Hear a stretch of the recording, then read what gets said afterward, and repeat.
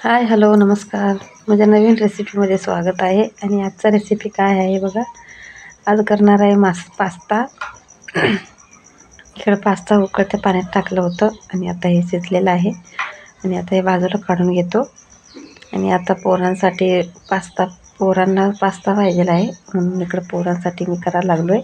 पोरं इकडं आता अभ्यासाला बसलेला आहेत आणि त्यांना जरा खायला करून देतो आणि बाकीचा स्वयंपाक पण करायचा आहे. रवा, कांदा, टोमॅटो मी चिरून घेतलेला आहे. 2 चमचा तेल घातलेलं आहे. तेलामध्ये कांदा टोमॅटो व्यवस्थित भाजून घ्यायचा आहे.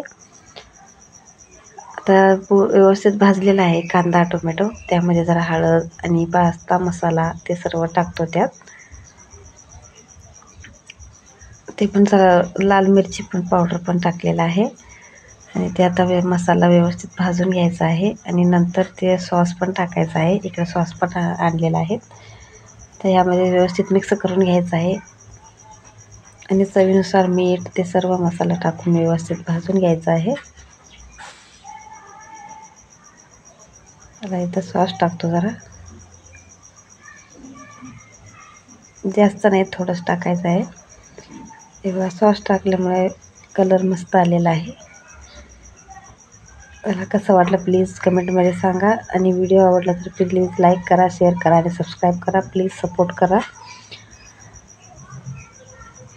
चला, इकडं पास्ता तयार झालेला आहे. या तुम्ही पण खायला.